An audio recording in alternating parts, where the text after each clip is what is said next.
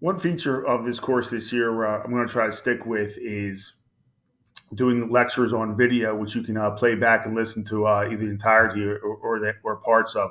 They won't be that long. We're going to do them by sections. And the first unit we do this year is the origins of the Cold War from 1945 to 1963. And the first section is actually going to cover, the World War II conferences at the end between the Allies, and then what happens with Germany. Before we get looking at that, I do want to show you how this correlates to our notes. In our notes, you're going to see that we have. Get the pen here. We're going to have sections, and there are 5 sections, and it's really not a lot of notes. For each section, there may be 5 or 6, maybe a couple more. But for the first section one, we're gonna focus on these terms right here.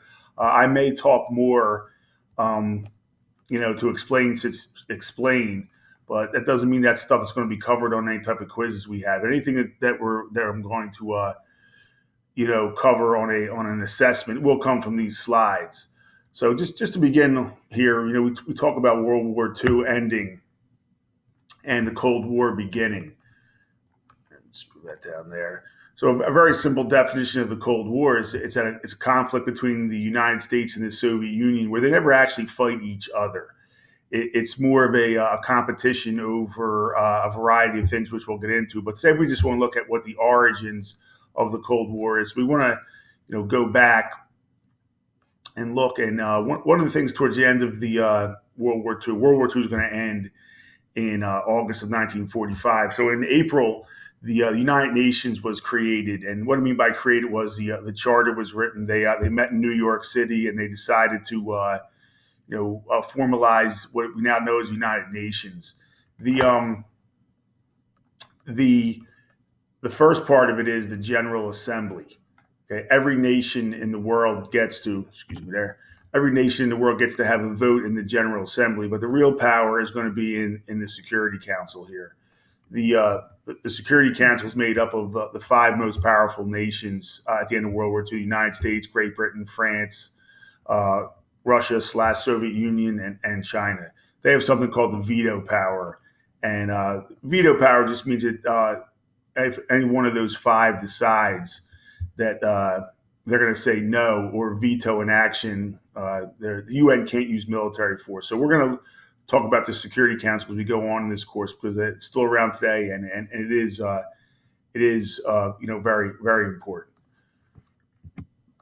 So moving on, at the end of World War II, towards the end, it looked like it was over for the Germans. So the Allies started getting together and having conferences and try to discuss what was going to happen. So at Yalta in 1945. The big thing that came out of this conference with the Allies was that Germany was going to be divided into 4 zones, so they couldn't rise up again like they did after World War I.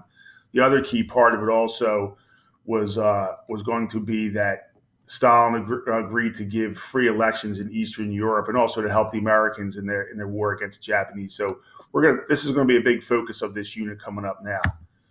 So here's just a map of Germany. Let me move myself out of here.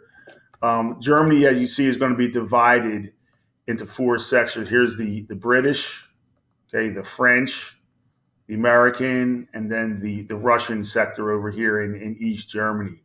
And we're going to get to this later. We're going to see Berlin is also divided into 4. And the point, obviously, is that they were military occupied Germany to really punish them for World War II and bring people to justice and, again, make sure Germany doesn't rise up again. The next conference, okay, the Potsdam Conference, they met in Germany later in July of 1945, and you're going to see Stalin over here, Harry S. Truman, and Daladier from France, who we're going to meet. That's Attlee from Great Britain. My apologies. And they're going to meet. They're going to discuss what happens. And meanwhile, at this meeting, a little backstory is that President Truman just got a cable that the atomic bomb test worked in the United States. The Manhattan Project was a success. He actually didn't share that with Stalin, which again is going to be a problem with the origin of the Cold War. But at Potsdam, the big question is going to be that we're going to see that this big line is going to be drawn across here. We're going to call that, of course, eventually. Let me see if I can do a little drawing while we're here. This is going to be known as the Iron Curtain. And on this side, we're going to have the East will be communist, and on the West will be all democracies. Stalin had promised to give all of these nations in here free elections, and we're going to see later that he basically lied and he put communist leaders in there.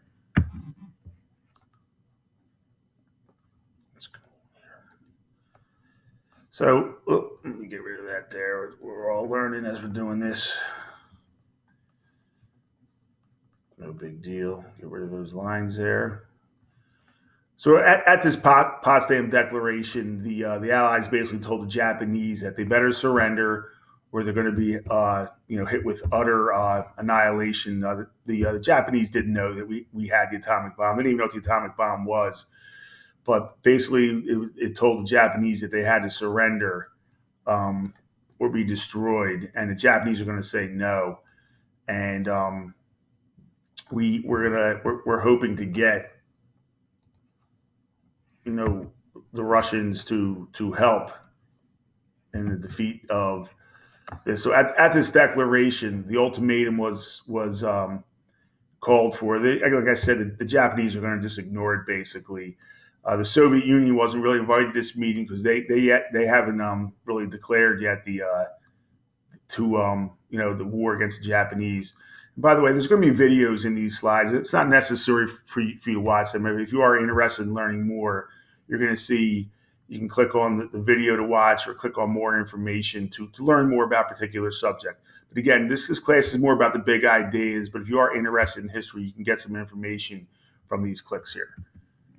Okay, that's it for section 1. We will go over this in class, but I thought it might be a good idea. So we'll check back in later with section 2. Thank you very much.